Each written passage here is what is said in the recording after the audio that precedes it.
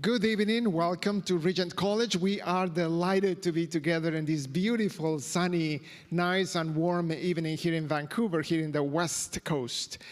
Welcome to all of you who are here with us in person, and welcome to all of you who join us online, anywhere in the world you may be. My name is Pablo. I am a student here at Regent, and also this year's Evening Public Lecture Coordinator. Welcome from Vancouver, this beautiful land where we live, work, study, and worship on the unceded traditional territories of the Musqueam, Tsleil-Waututh, and Squamish Coast Salish peoples. Tonight we have a great lecture, one of the many very interesting lectures and events that we continually host here at Regent. If you would like to know more about these lectures and events, or have access to other resources from Regent College, all you have to do is to subscribe to email updates. When you sign up to email updates, you will be informed, first of all. But then you will be very much aware of the who, the what, the when, and the where of what's happening here at Regent. All you have to do is to grab one of these cute little blue cards. They are all the way to the back by the donations box. And when you do that, you have two options. The first one is this link over here, and this is at regent.net, and that is rgnt.net/subscribe. By doing that, you will be able to register digitally on your own.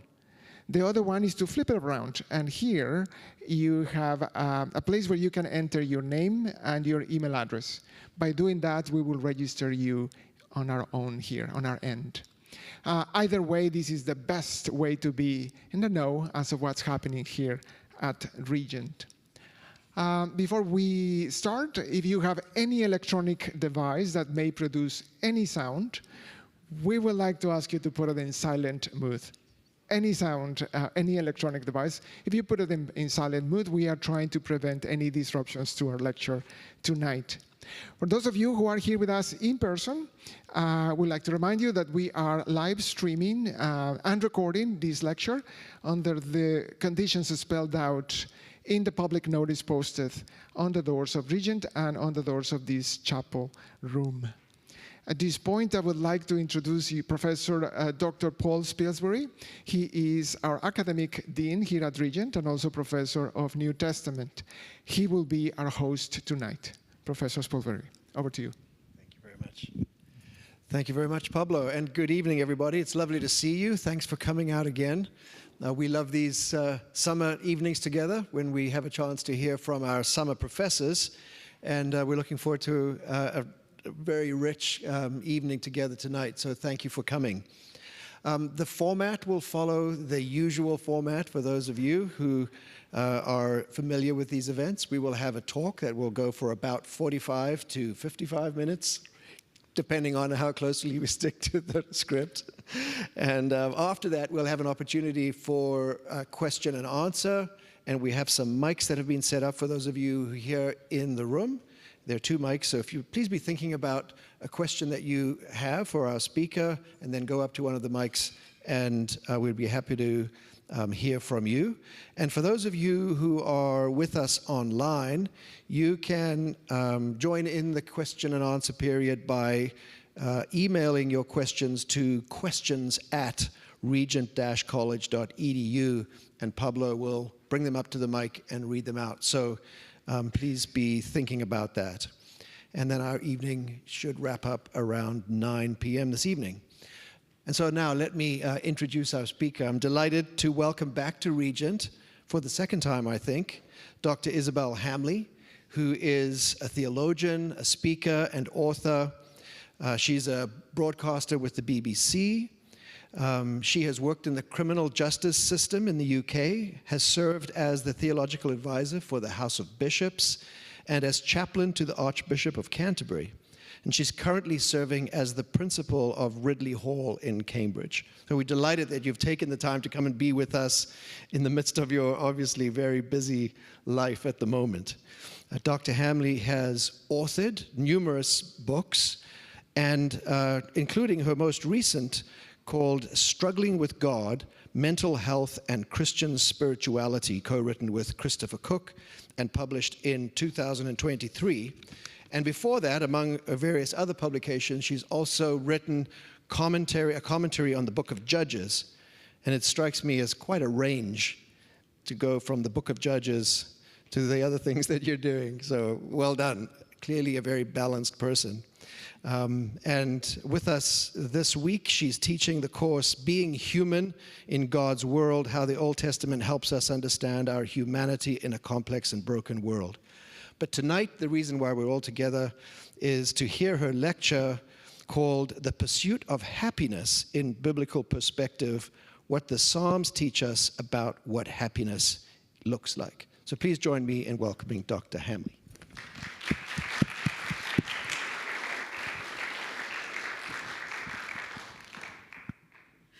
Well, good evening, everybody. It's really lovely to be with you, and it's lovely to be back in Vancouver.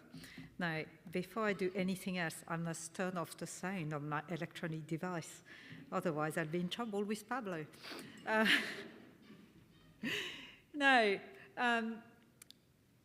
When I was in the airport, on my way here, I did what most people do when you go to an airport, and I browsed the shops because there was nothing else to do. I was very well behaved and didn't buy a new book.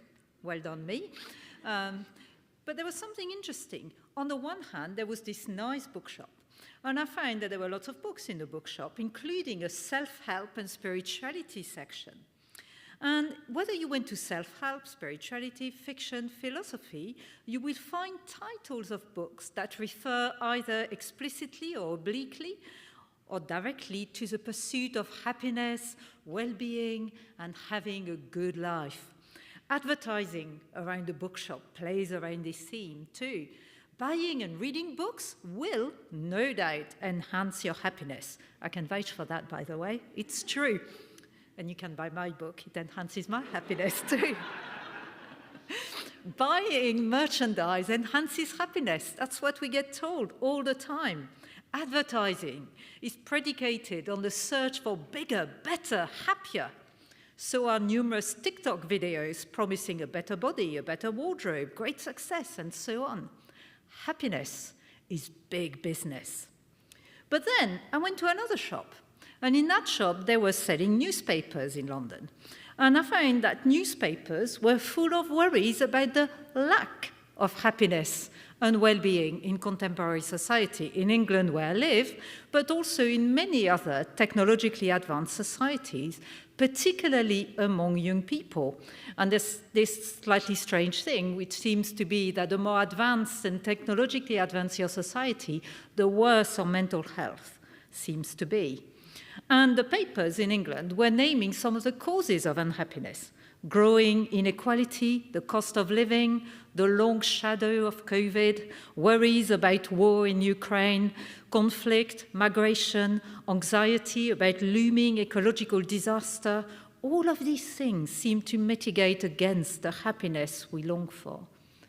But there's something dissonant going from one shop to the other, because proactive talk of happiness in the bookshop seems to concentrate on the resources of the self, shaping your life, your expectations, building resilience, finding practices like meditation in the present. Reactive talk in the papers concentrate on lack of happiness and well-being and often point to factors far beyond the self's sphere of control, like socioeconomic and international factors. So even where contributors to lack of well-being in the newspapers are identified as rooted in economic, social, and political conditions, the article, as they move on, then go from saying, well, you know, injustice and poverty and racism and whatever create the conditions for the worst types of unhappiness and mental health challenges. But actually, the real problem is that we don't have mental health provision that is sufficient. And you go, just hold on. How do we go from saying some of the main causes of struggles with lack of happiness are socioeconomic and structural, but the solutions have to be individual and individualized through therapy? That's an interesting question when you go from one shop to the next.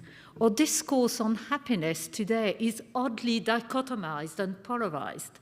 It's often hard to join the dots between what makes us unhappy and the things that can change that state of being in a way that looks holistically at the whole human person as socialized and communal, and yet with individual agency. We often go for one or the other, depending on what type of activist you are. Questions of how we find happiness are obviously not new. They go back to Greek philosophy. The American Constitution enshrined the right to the pursuit of happiness as a universal human entitlement. The Western nations often function not just with a basic assumption that we have the right to pursue happiness, but almost that we have a right to happiness in and of itself. And this sense of an innate right and entitlement contributes to the kind of dissonance of living in a world where happiness is actually quite elusive, and even our best efforts don't always secure it or even a glimpse of it. And if we have a right to happiness but it eludes us, then the rights framework suggests that, well, somebody must be to blame for the absence of happiness, or that there is injury or moral wrong done to the self when happiness is in short supply. Now, of course, a lack of happiness is only one way to conceptualize the crisis in well-being facing our world. But happiness is a really useful cipher because it's such a big concern of modern life. I don't have time here to explore the long and distinguished history of philosophical thinking on happiness. Just realize I can't see the screen here, so I can't see whether my slides are on.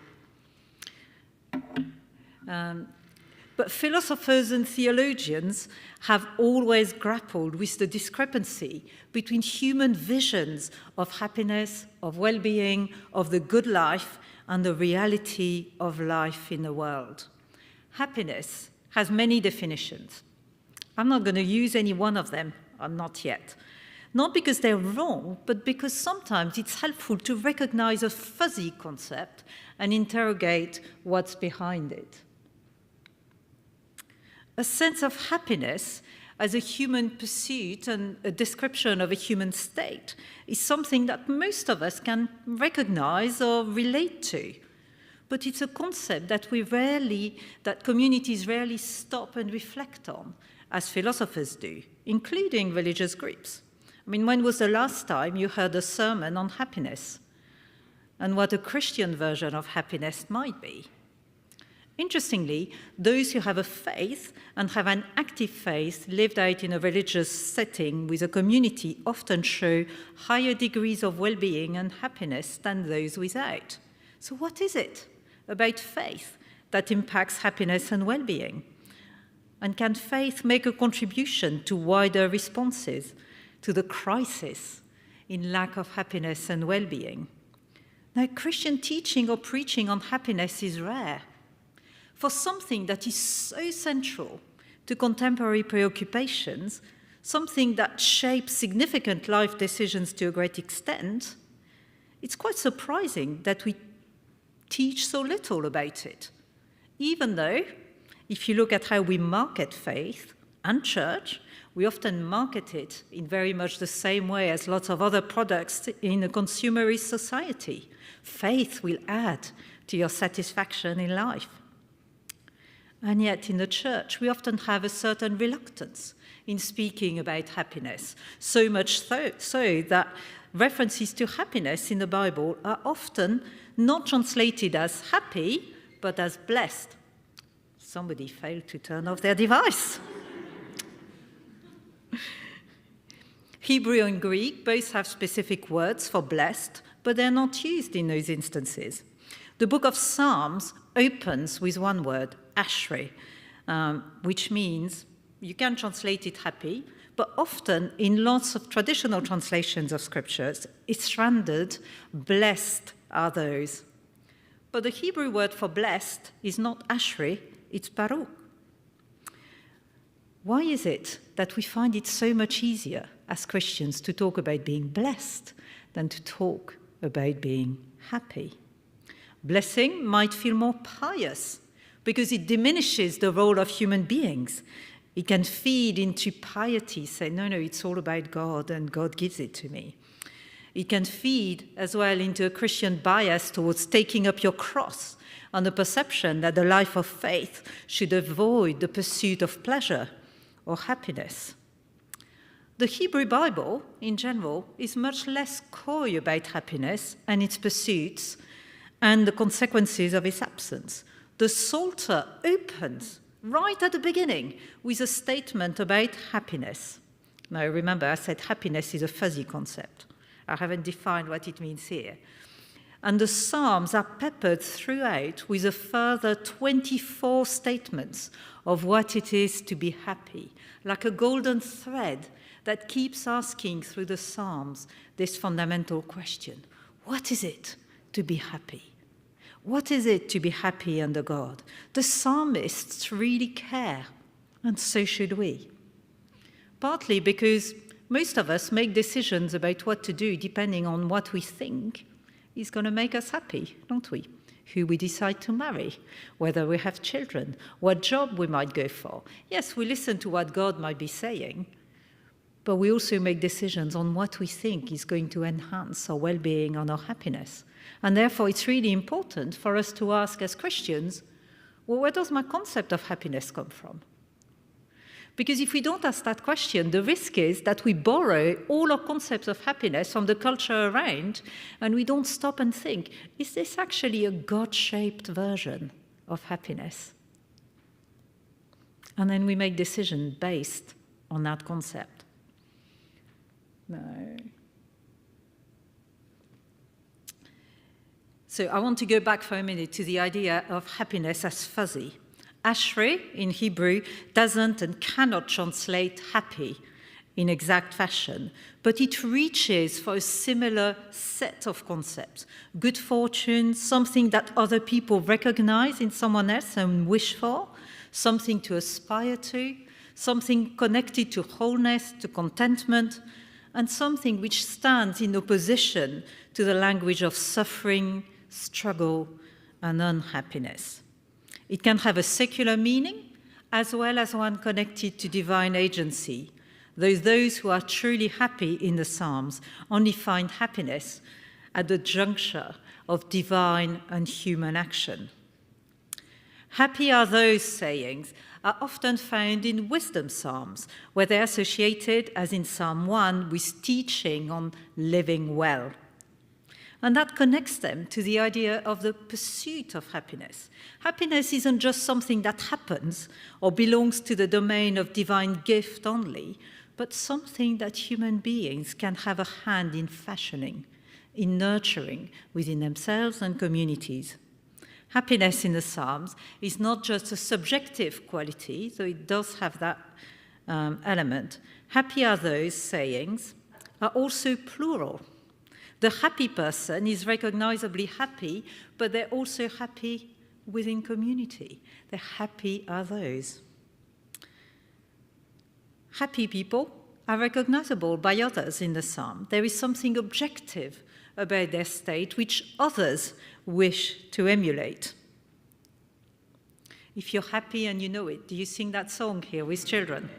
Do we know that we're happy? Are we able to discern what happiness looks like?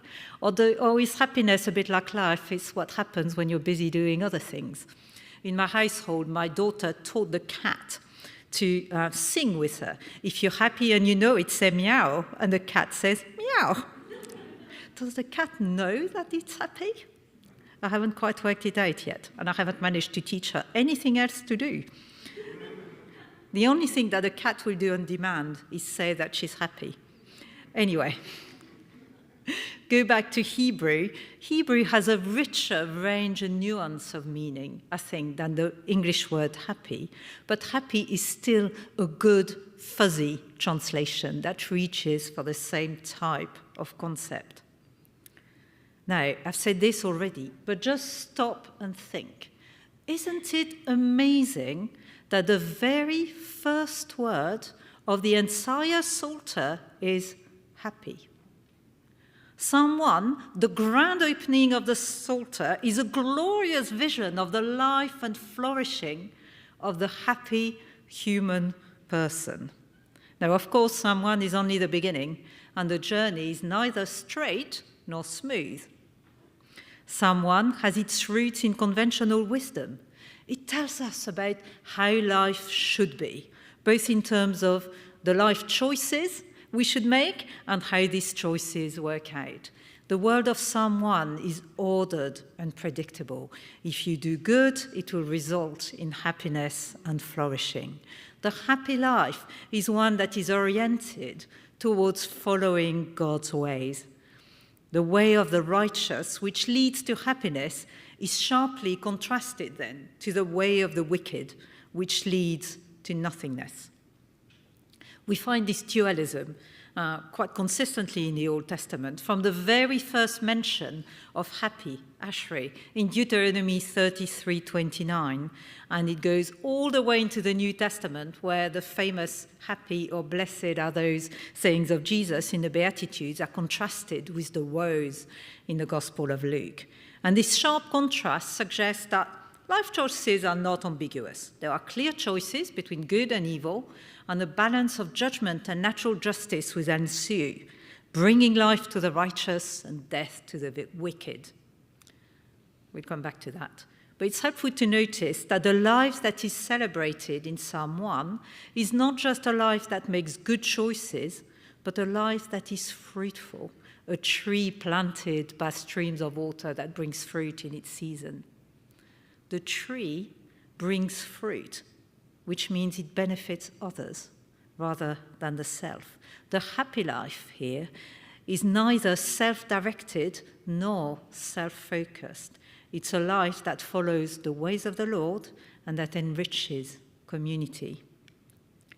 Now, Psalm 1, taken in isolation, can seem to give an unproblematic vision of happiness, one that risks placing the weight of both happiness and unhappiness on an individual human person. You'll be happy if you do the right thing, basically.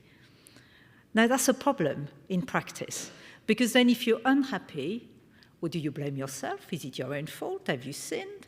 Is it not right? And we very quickly risk justifying injustice or inequality by seeing suffering as just desserts for those who struggle.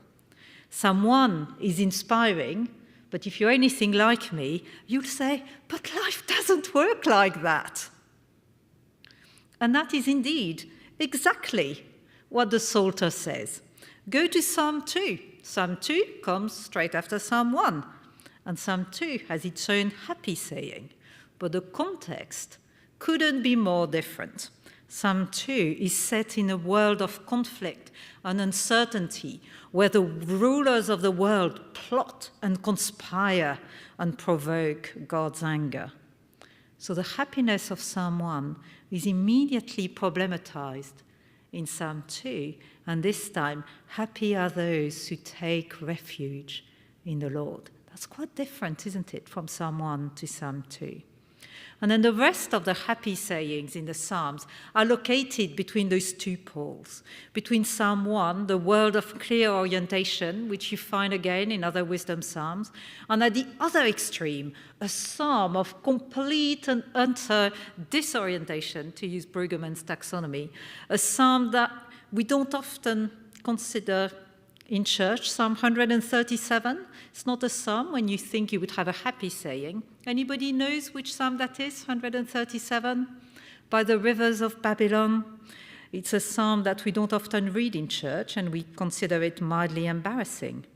And it's precisely the happy line in Psalm 137 that we find great. Happy shall they be who take your little ones and dash them against a rock. Psalm 137 is a psalm of lament, one of only two psalms, together with Psalm 88, not to have a resolution. It doesn't have any statement of faith and trust, no reaffirmation of God being in charge. Happiness here is found in fantasies of revenge and the annihilation of the enemy. That's hardly in keeping with the lofty sentiments of Psalm 1. And yet, this is part of Scripture. These fantasies of revenge in Psalm 137, however, are just these, fantasies. They're not acted upon. Instead, they're expressed to God and turned into prayer. Psalm 137 is a psalm of extreme unhappiness and typical of texts dealing with collective trauma, as Israel seeks to deal with the legacy of exile and the complex reality of what it means to be Hebrew, to be Jewish, in a world where your children are born in a foreign land and don't even know the things that make you who you are. Psalm 137 is the very opposite of a psalm of orientation. It's spoken from within disorientation. It freezes the idea of being lost and disoriented and in a strange place in liturgical form. Now, this is really important. The Psalms are not simply individual prayers. They're prayers that are meant to be said together by a community of faith. The act of writing those Psalms encode trauma liturgically, and that's actually an act of resistance for a community under duress, for a community that is being oppressed by another nation. It's a way of connecting with the wider community over space and time when exile has physically fragmented them and trauma has torn the bonds of community. What Psalm 137 is, it's a text for a community to say together, to keep saying together. And if you can say it together, and you can say it together over time and over space, you start to remember what has been dismembered and disjointed and torn apart. So it serves both to reknit what has been dismembered and to ensure that history is not disremembered or dismembered into its component part, but remembered, put back together in a way that makes sense of the experience and teaches the community for the future. Now, it's really important, I think, that Psalm 137 is part of this guiding thread on happiness, because what it does is it teaches the community something about honesty and truth-telling. It teaches the community that truth-telling must be a regular corporate practice. Acknowledging before God the depth of our heart is part of the practice of nurturing happiness. It is only when the truth of complete desperation is voiced and acknowledged communally and routinely that individuals and specific circumstances can then find their place within the story of faith and the story of the community. So Psalms like Psalm 137 enlarge the imagination of the community by acknowledging the extremes of the life of faith, times when even the vision of happiness collapses. So it's important as part of a spiritual geography of happiness, well-being and faith, because it will help people have a geography of life that is robust enough to be able to navigate the ups and downs of life. Instead of thinking you have a right to happiness, you think actually life is hard. There will be ups and downs, and you're somehow prepared for them to a degree as a community. And you know that you can write those times into the bigger story of God and God's people. Now, sorry, I need to keep checking. Oh, probably not quite yet. Psalm 137 represent extremes, I think. But in between these, the Psalms meander through the varied landscapes of life, and they explore both the impact of external circumstances on well-being and how inner desires, expectations, and practices can shape the possibility of happiness. The journey starts in Psalm 1 and ends with Psalm 150's expression of joy and praise. The final happy saying in the Psalms is in Psalm 146. It's encased in a psalm of praise that revisits themes from the other psalms. It starts with praise, but then it echoes Psalm 2 and counsels against trust in princes and reminds readers that they will perish like those who do not follow Yahweh in Psalm 1. And then comes, happy are those whose help is the God of Jacob, whose hope is in the Lord their God, who made heaven and earth, the sea and all that is in them, who keeps faith forever, who executes justice for the oppressed, who gives food to the hungry. The Lord sets the prisoners free. The Lord opens the eyes of the blind. The Lord lifts up those who are bowed down. The Lord loves the righteous. The Lord watches over the strangers. He upholds the orphan and the widow, but the way of the wicked he brings to ruin. This psalm tells us that in the world as it is, the only guarantor of possible happiness is God himself. Unlike kings and rulers whose actions create upheaval but will die and face judgment, the Lord will reign forever, for all generations. It is the character of God that provides the bridge between the world as it is and the world as it should be. There is no uncertainty about the fate of the world and its people. God will execute justice for the oppressed. Those who seek happiness are thereby invited to reflect the character of God and join in the work of bringing about justice. Justice and happiness are closely linked on the journey. Injustice in the Psalms is often identified as one of the main root causes of unhappiness and suffering and lack of well-being.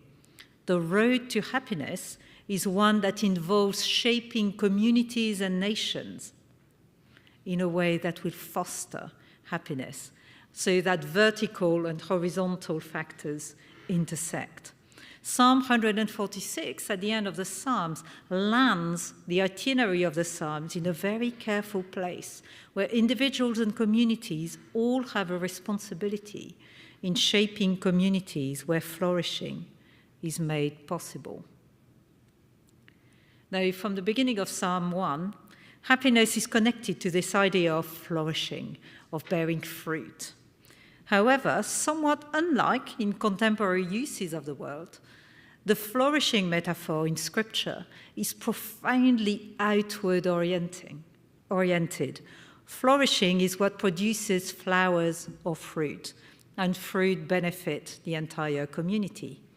Happiness pursued properly results not solely in personal individual happiness, but it creates the possibility of happiness and flourishing for others. A slightly different and maybe more accurate way to look at it would be to say that flourishing and happiness happen at the juncture of individual and communal factors. Individual happiness is usually contingent on the health of the community, and a flourishing community makes it possible for individuals to flourish. This communal orientation is deeply challenging if we interpret the right to the pursuit of happiness in primarily individual ways. The biblical picture, instead, suggests that while there are individual elements, my happiness or my flourishing can never exclude a consideration of your happiness, your flourishing, or ours together. Attention to the Psalms' focus on justice in connection to happiness ensures that the pursuit of happiness in the biblical framework isn't reduced to therapeutic individualism. Instead, we should always attend to how an individual or a group's happiness may endanger or prevent someone else's. So to return to the bookstore versus the newsstand analogy that I started with, there's almost a power struggle at work in identifying what makes us happy or unhappy and whose responsibility it is to remedy the situation. And there's an inherent power struggle within a consumerist capitalist society about masking the culturally and economically shaped causes of unhappiness and lack of well-being. If happiness is big business, then it's also powerful business.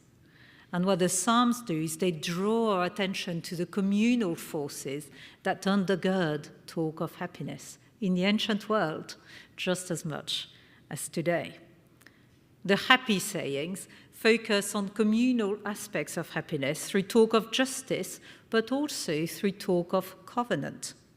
The Psalms are inherently dialogical. They're a dialogue between human beings and God. They're rooted in relationship and covenant, in the belief that God can change things, and that unhappiness and pain may be common and to be expected, but they're neither inevitable nor right. And they connect happiness and hope through God as covenant partner. Covenant language is another way to connect Psalm 1 and the Psalms of Lament. Happiness remains a possibility for both present and future because it is promised by a God who has bound himself to his people. Covenant is where this talk of happiness starts in Scripture, with the first mention in Deuteronomy 33. Happy are you, O Israel, who is like you, a people saved by the Lord, the shield of your help and the sword of your triumph. The experience of happiness is then in Scripture and in the Psalms repeatedly linked to being saved by God or to the promise that God has made to save. Happy is the nation whose God is the Lord, the people whom he has chosen as his heritage. Typical covenant language. Happy are those whom you choose and bring near to live in your courts. Human beings and God are covenantal partners. Human beings are neither completely passive and done to, nor are they in complete control. And happiness in this context lies at the intersection of human and divine agency. God saves and blesses. God invites us into a way of life. But we also, together, as communities, have to see God and shape our lives according to the way of the Lord. And this leads us back to Psalm 1 and its insistence on walking in the ways of God. The possibility of happiness is something that needs to be both nurtured and learned. It doesn't just happen. It's constructed by communities that learn, practice, and teach the ways of God and shape their lives together accordingly. When they do so, happiness and shalom become a possibility as a vision of interconnected well-being. Shalom is an active word. It excludes the possibility of happiness as escapism or numbing pain through pleasure or enjoying one's happiness while ignoring the challenges of other parts of the community. It implies hard work, the work of attending to the other near and far, the work of rooting out injustice in order to create the conditions for peace and well-being for all. Happiness in the Psalms has an ethos. It's not simply a state of mind, but it has the qualities of a virtue, of something that we need to practice and pursue and nurture. And we nurture it through the imitation of God, who is a God who cares for justice and the well-being of all, for Israel and for the stranger. If you go to Psalm 106, Psalm 100 speaks of justice again, but in the context of memory, inviting the community to reflect on its life with God, what they failed to do, and how God's transformative action has led to deliverance and the reshaping of the community. And the community is then invited to tell the story again and again so that they can preserve and teach the memory of how to walk in the ways of God. Happy are those who observe justice, who do righteousness at all times. This is a memory rooted in a lived experience of the community, passed down one generation after another. It's not just an abstract statement. It's a lived experience that life according to the ways of God, will bring something good to the community that we need to teach again and again and again from one generation to the next. Now, if you looked at all 25 sayings of Happy Are Those, you might find it slightly disturbing quite how often happy sayings appear within Psalms of Lament. In the Psalter overall, there is quite a lot of talk of pain, injustice, persecution, inequality, evil, disease, poverty, death, and struggles.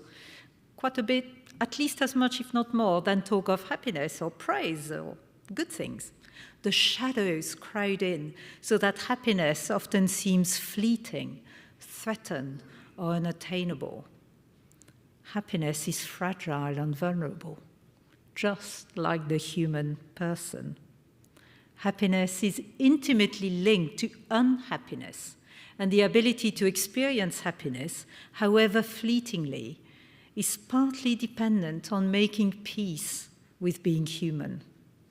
Being human is characterized in the Psalms by a constant struggle between the life that God gives and the death that threatens to extinguish it.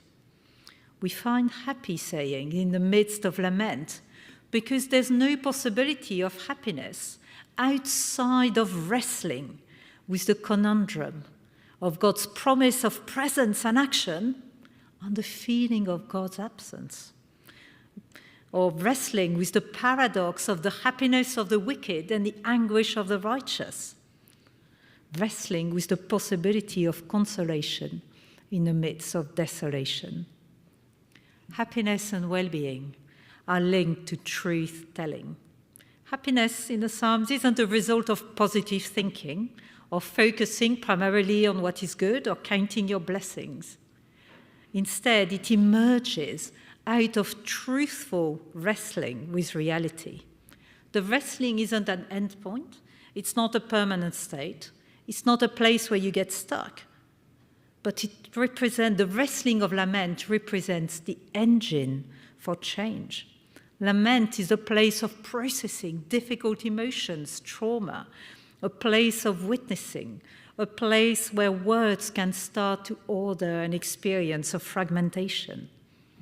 Lament is a place of claiming the integrity of the individual and the people who are hurt, and a place where they can reassert their perspective and right to life.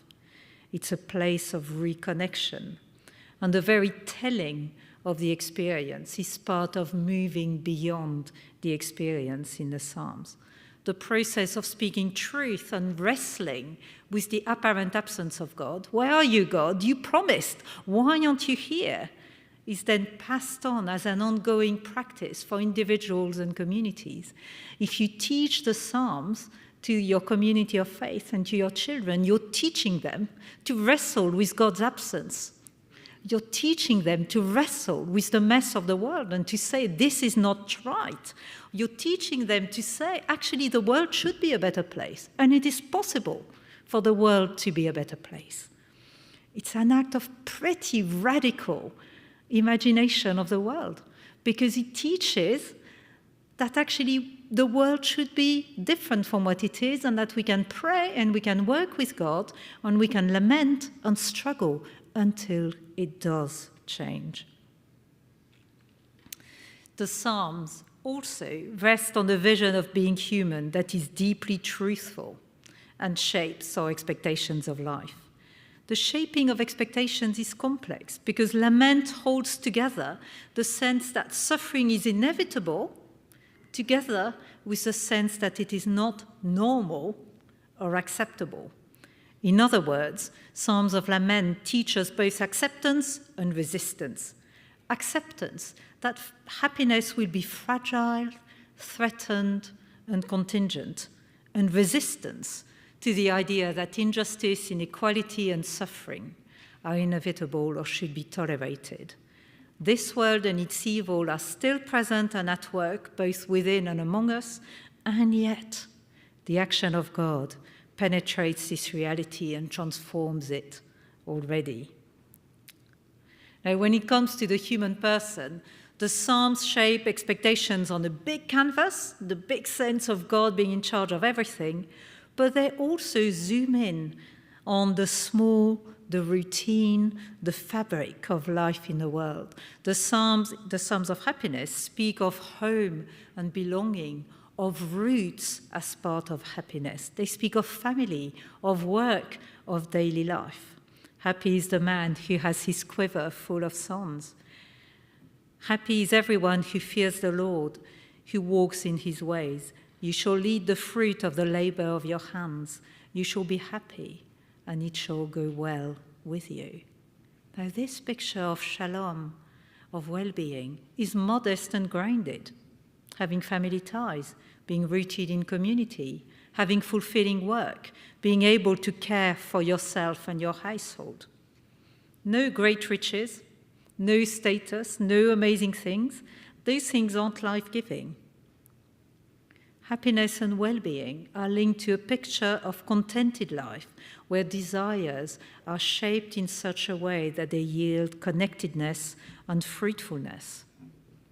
The Psalms, therefore, contribute to the education and formation of the human person.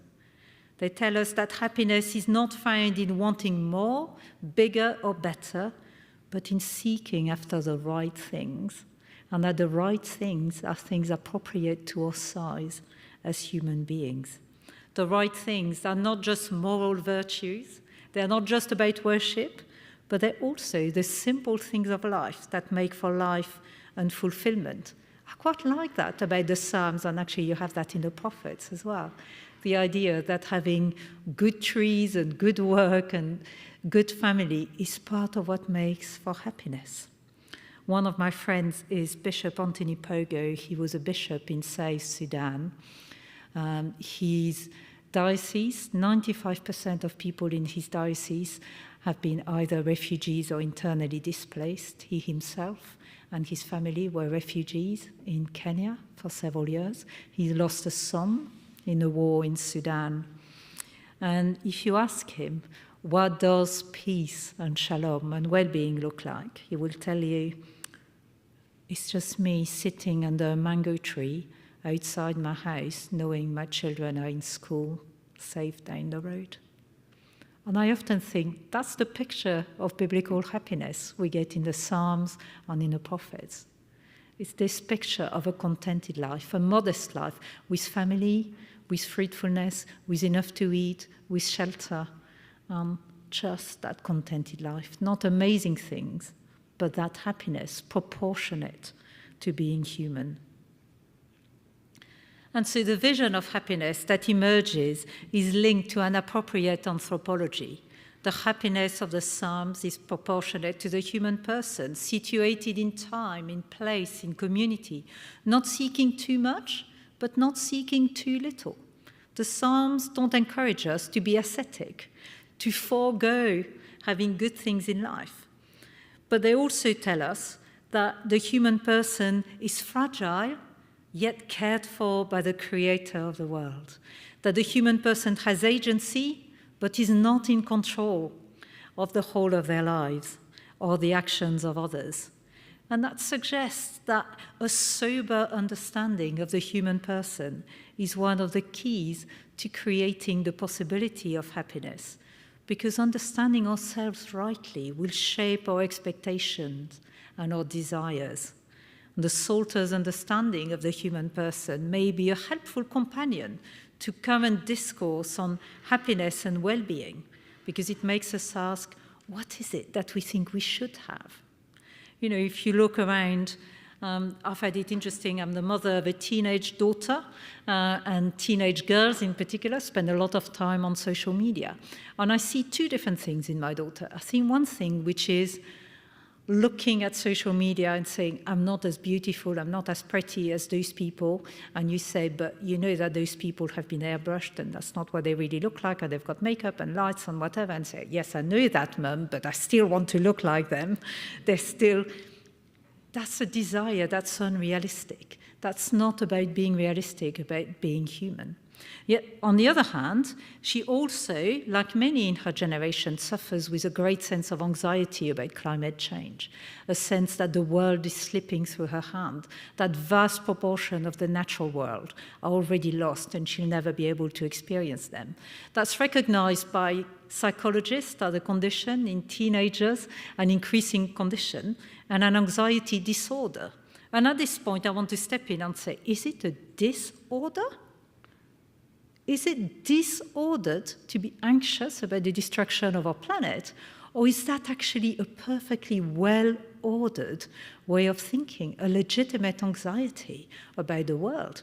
Those who are disordered is those of us who don't feel the urgency to do something.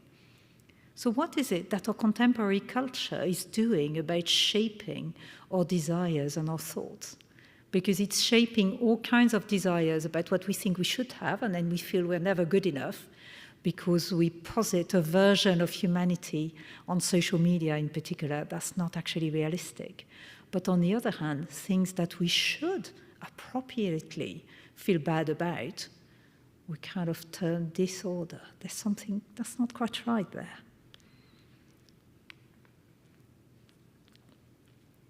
The Psalms, therefore, can be seen as a little bit of a map for the life of faith, an instrument for shaping communal wisdom and well-being. Happiness is linked to wisdom. The happy person of the Psalms ponders God's commandments and makes every effort to keep them.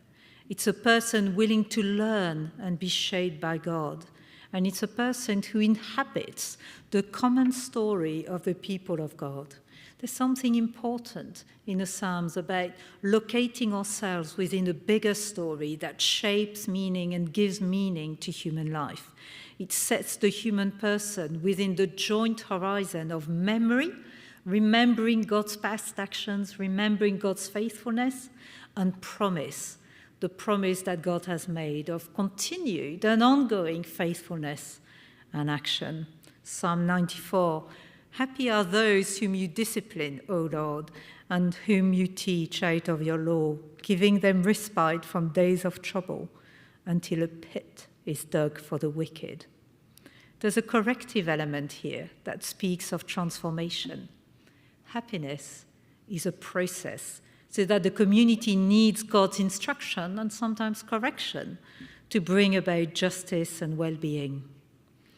There's also an element of delay until a pit is dug. Happiness is a work in progress, which involves both the one being taught and the ongoing confrontation of evil.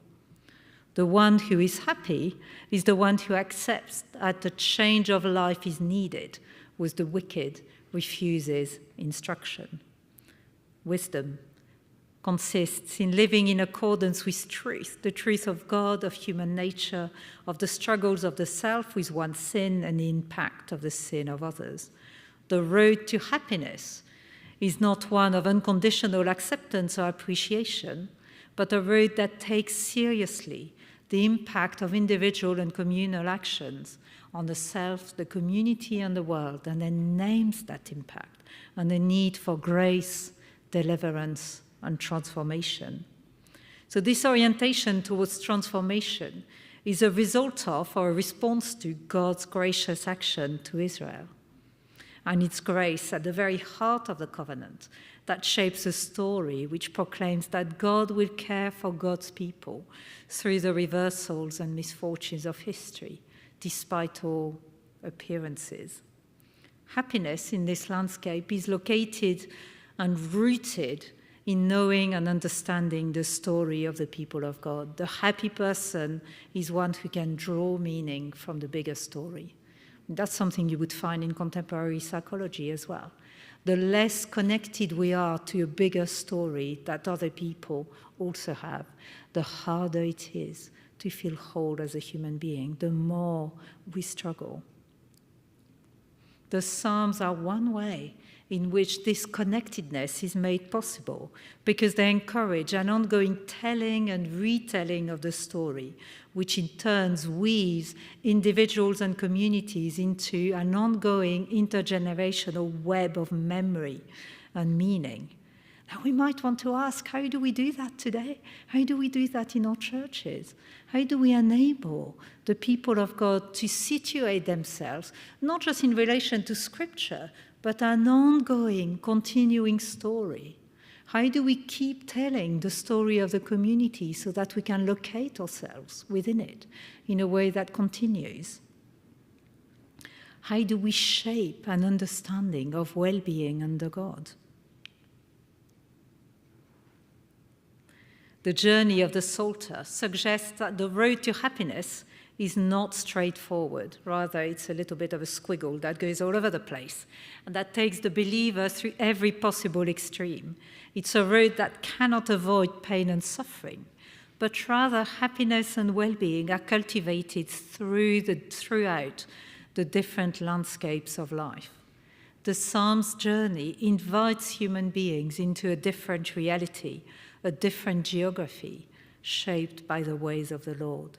Those Psalms are an invitation to learn and practice happiness through the reshaping of desire and a new, more truthful perspective on reality.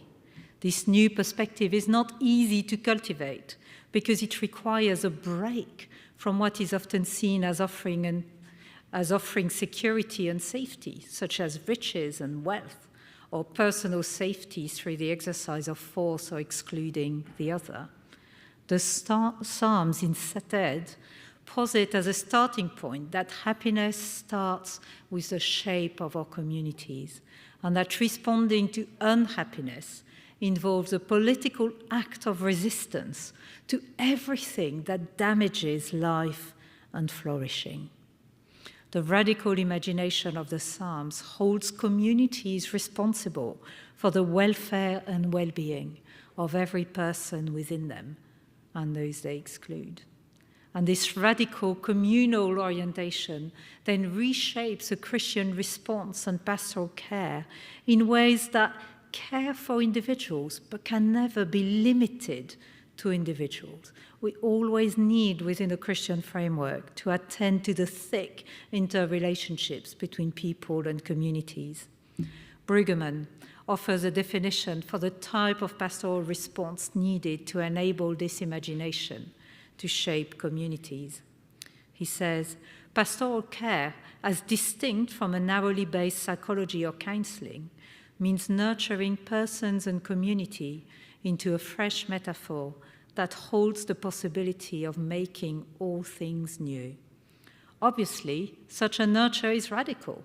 It requires a break with the dominant metaphors of utilitarianism, transcendentalism, consumerism, and all current expressions of self-grindedness. Indeed, such pastoral care is subversive because it works towards delegitimizing the ideologies of the day, ideologies that have psychological, economic, political, as well as theological dimensions. The Psalms' insistence that truthfulness and happiness are intimately related, further tied together, personal and communal responsibility. It's only by being truthful about our failings, the failings of others, the nature of our communal life, and the reality of God and God's love for us that we make it possible for genuine happiness to emerge. And so, the task of the community of faith, therefore, is to help uncover the reality of the life we're living, one foot on earth and one in heaven, deeply grounded and yet seeing the world through the lens of memory and promise. And within this journey, happiness may emerge and be discovered. The journey of the Psalms doesn't simply enable a reflection on how happiness can be pursued. It also helps refine and reshape what we mean by the word happiness, not in a tight, highly boundaried way, but rather in impressionistic touches that enable readers to catch glimpses of happiness today and the promise of happiness to come. Happiness is linked to living in truth, linked to living together and attending to our interconnectedness. Happiness doesn't exist outside of justice and can never be gained at the expense of another. Happiness has something to say about the integrity of the self as a whole person.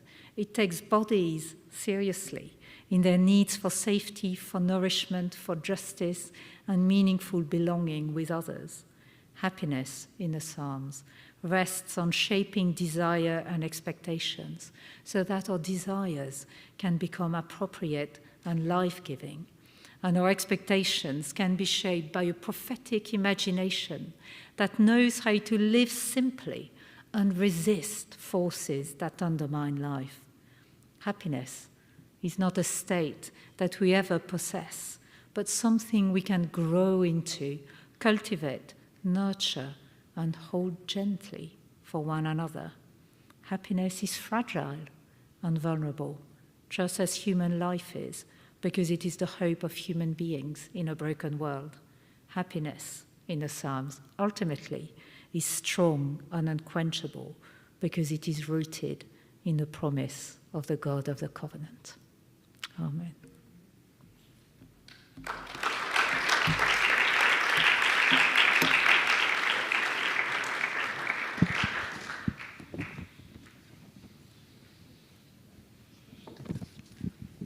Thank you so much, Isabelle. That was a beautiful, profound, hope-giving, wonderful description of the possibility of happiness.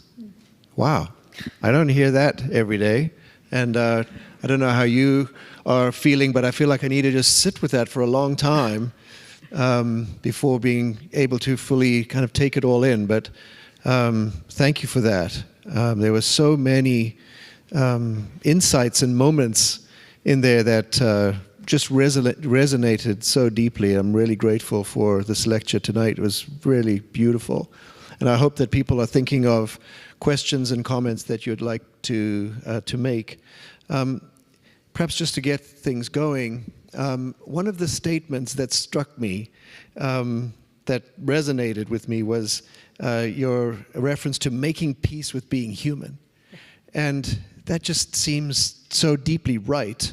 And it reminded me of the Apostle Paul in Romans chapter 12, where he says that let each person not think more highly of themselves than they ought to think, but to think with sober judgment in accordance with the faith that's been given to each one. And then he goes on to talk about the different gifts that we receive and how the person who teaches should teach and the one who does other things should do that. But there's that living within a kind of givenness, within maybe the boundedness of what's been given, not to think beyond that, but to live joyfully. Goes on to talk about a loving community and so on. But it seemed like an echo in a way, just in the way that you said that I found very helpful. Yeah, no, definitely. I think that's a thread in quite a lot of scripture, isn't it? This sense of being able to be happy with who we are in God. And of course, who we are is God, is we're profoundly loved. And we're made in the image of God. And often we reach for the things that are not us, rather than considering who we are in God. I often reflect on that. When I was a fledgling preacher in my church and really just kind of starting out in ministry, there was this lady in our church, Val, she was just amazing. And I just think about her, and you get that warm feeling about this person. She was a prophet. She was the kind of person, very unassuming, never drawing attention to herself, but would kind of always have a word and just come and say to you, I was praying, and I just sensed that God might be saying, and then she'd just say something, and it would be perfectly right every single time, that permanent hotline to God. And I absolutely, I was like, I'm not like that at all. And I always wanted to be like her. I still want to be like her, really, if I'm honest. But and one day I was preaching at our church, and she came to me afterwards, and she said, I just so want to be like you. And I was like, what? It's like, I want to be like you. And it just really struck me about how wrong that was of both of us, that sense of the inability to accept who God had created us to be and the gifts that God had given us, and longing for the gift of the other. And I think actually competition and kind of envy between people is one of the things that stokes that sense of unhappiness, isn't it? Rather than just accepting who God has created us to be. Yes. Please, Daniel.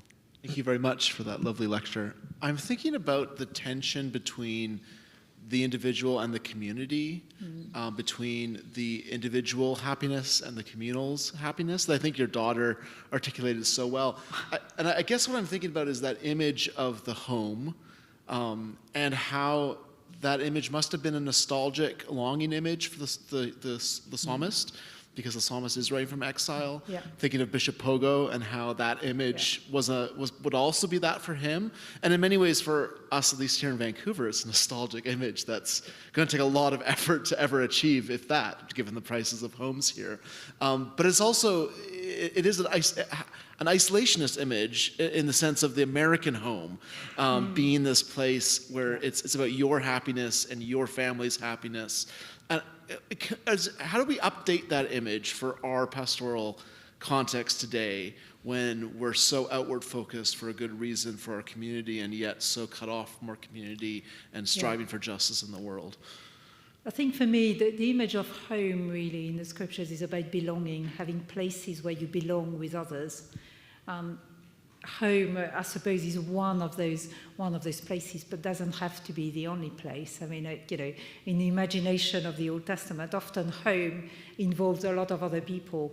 It's not the nuclear family, and to a degree, we've lost that sense, by making the home so small. I mean, in England, when we went into lockdown with COVID, there were horrifying statistics about the number of people who were in lockdown on their own because of the amount of single-person home. And you think, how have we come to this place as human beings of having so many people that are completely alone and isolated? And I think it was a bit of a wake-up call, I think, certainly in England, just thinking, what are we doing?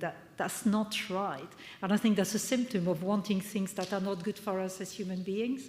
That actually human beings often strive towards independence. I mean, that's that's part of our kind of typical sinfulness, that we don't want to accept the fact that we're dependent, that we're not autonomous, but that we need other people around us.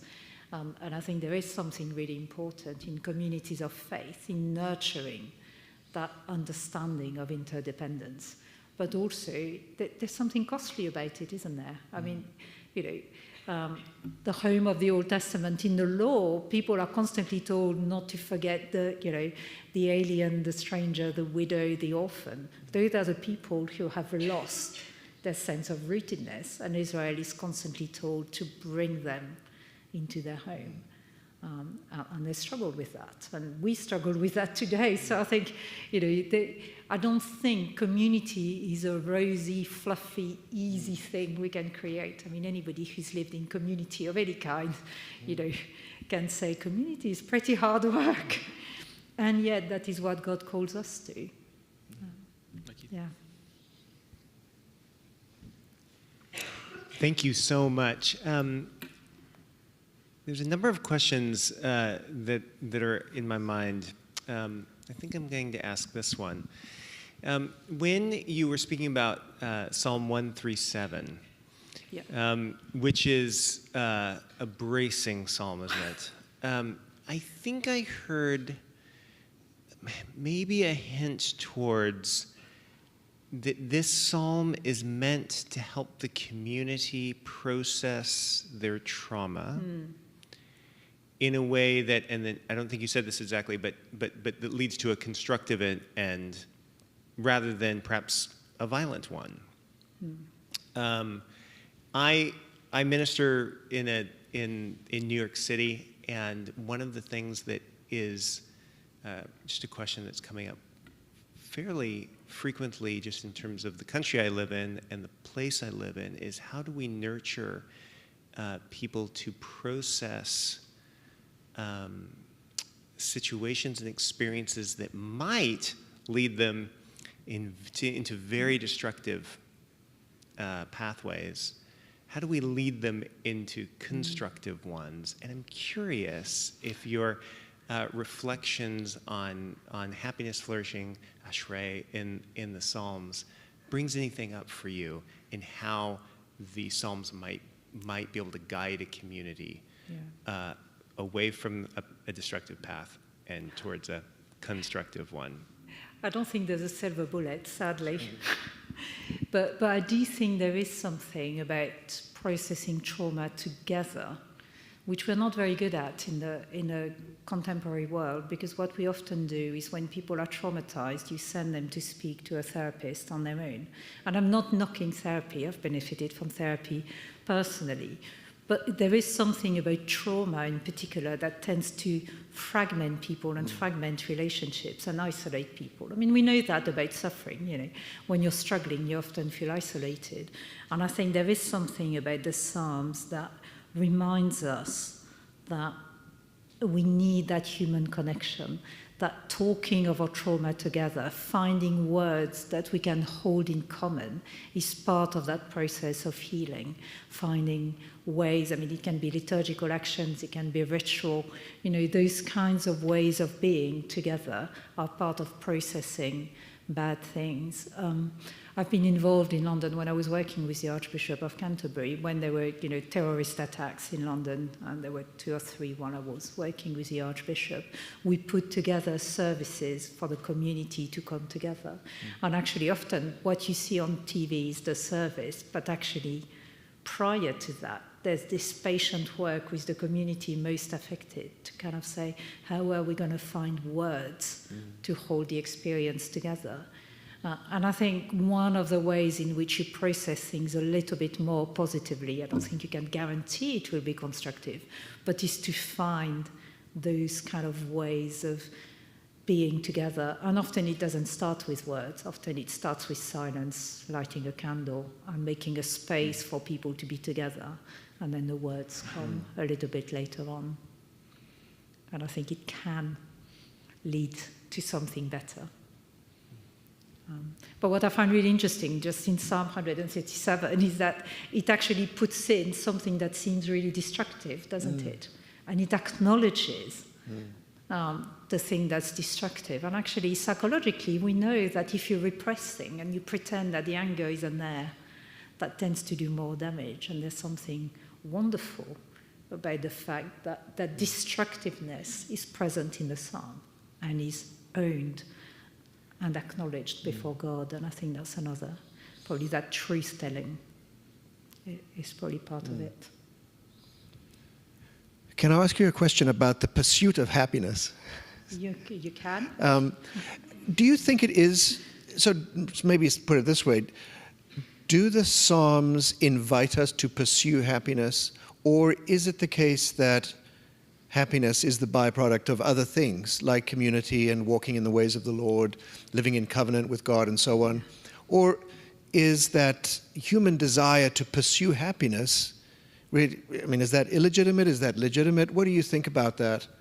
I think it's a both and. I think the fact that the Psalms talk about happiness so much is an invitation to consider it consciously. I don't think the Psalms are telling us, well, just pursue being with God and then you might be happy. Yeah. They're very kind of upfront, I think, about happiness in a way that suggests it's not illegitimate. And that's one of the things I like about the Old Testament, actually. The Old Testament is quite realistic about being human. Being human is to have physical and emotional needs, and actually seeking for those needs to be met is not a bad thing. The question is how you go about it. And whether you actually achieve happiness partly depends on how you go about it. But at the same time, I don't think the Psalms ever promise happiness, which is the sting in the tail, isn't it? So you can pursue it, you can nurture it, you can do things that make it more likely, but ultimately you can't control it, which we don't like as human beings, because we'd rather have silver bullets, wouldn't we? Here at Regent, we're anxious about a lot of things in community, so communities are anxious places. One of the things that we tend to be anxious about is the felt need that many of us feel for a deeper sense of connection, a deeper sense of personal formation, of growth. But is that really just a way of saying that we seek to be happier? Probably. I mean, the need for human connection is right back at the very beginning of Scripture, isn't it? but it's not good for human beings to be alone. So I think a lot of us have that innate sense that actually being in community, being connected, being formed together is something that's going to benefit us. But I think part of being human and sinful is we don't really know what to do with that, and we don't find it as easy as we think it should be. Thank you. Anybody else? Is Daniel coming back up? Just to turn it into a three-way dialogue rather than a two-way. I'm curious what you'd say to churches informing happiness within community. You mentioned forming people in the Psalms, which we fellow Anglicans are good at. But yeah, how do churches move towards doing more of this? I mean, I would want people to talk about it, talk about happiness. You know, what is it you think will make you happy? Actually, how can we be really, really, really honest about what we think is going to make us happy? And can we have the courage to interrogate whether that is godly and whether it is truthful as a vision of happiness? I don't think that's an easy thing to do. But I suspect that many of us secretly think that if we had a little bit more money, we'd probably be a little bit happier. Or secretly think that, I don't know, if we're slightly more good looking. Do you see what I mean? I think being honest about our desires is not something we're particularly good at, but I think it's something that we need to encourage in our churches. To actually, what do you think happiness is, and how does that shape the way you act, the way you behave, the way you treat other people, the way you treat yourself as a person? So I think often we're really hard on ourselves because of those skewed kind of ideas about what happiness and what human life should be. So I think getting people to ask themselves hard questions is probably where I would start. Thank you.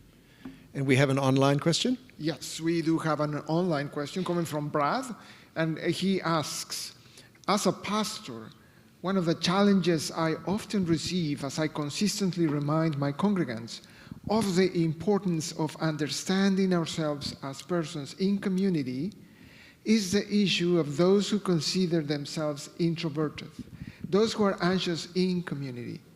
Do you have any advice of how we can better encourage and usher our introverted brothers and sisters into community?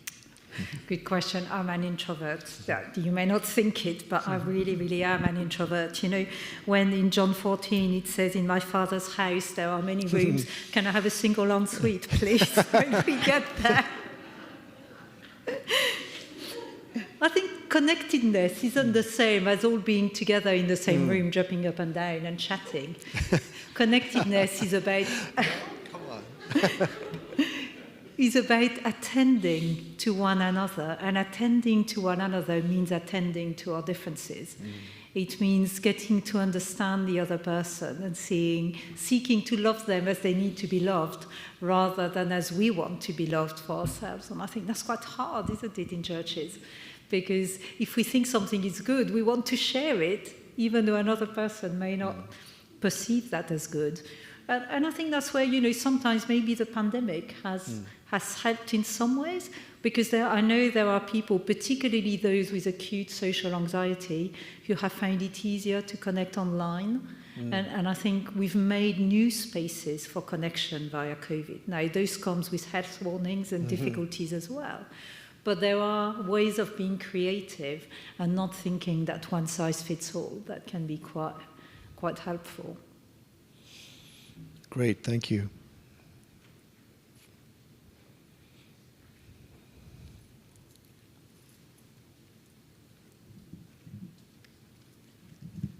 I'm wondering your thoughts on how in our Western society a lot of the thinking is happiness is the absence of suffering, and how suffering,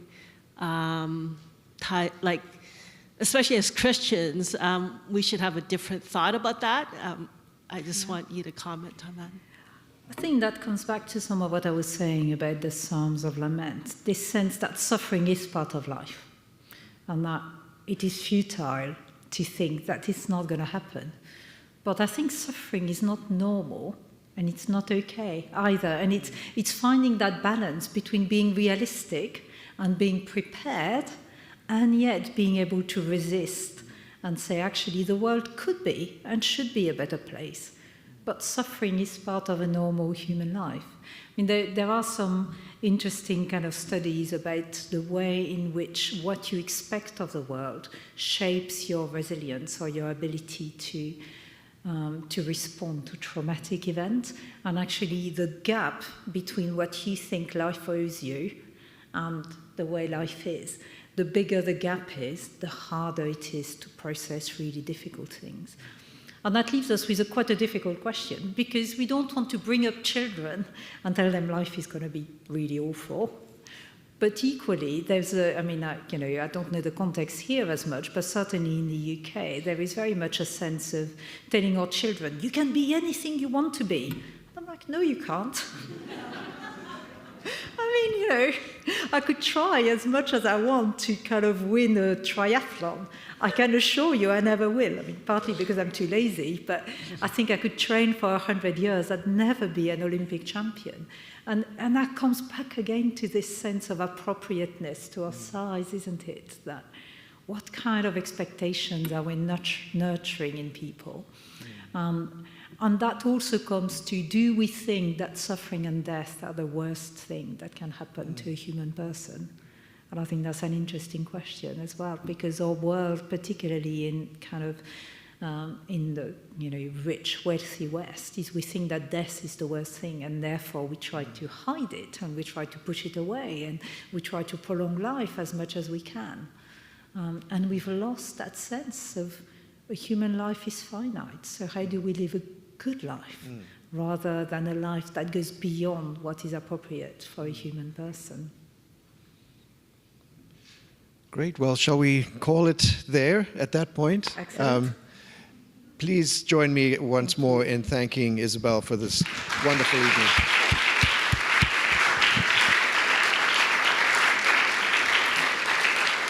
Thank you so much. Just a couple of final notes, friends. We do have a donation box if you'd like to contribute to this evening as you go. That would be great. And for those online, there's a place there as well, rgnt.net/give. Also, this event will be available on our YouTube channel shortly. You can go to youtube.com/regent-college. And also just to note that we will be having another evening lecture here in 2 days' time. Dr. Dennis Edwards will be speaking to us on the subject of might from the margins. So I hope to see some of you there, and hope to see you around. Thanks for coming this evening. Good night, and thanks for coming.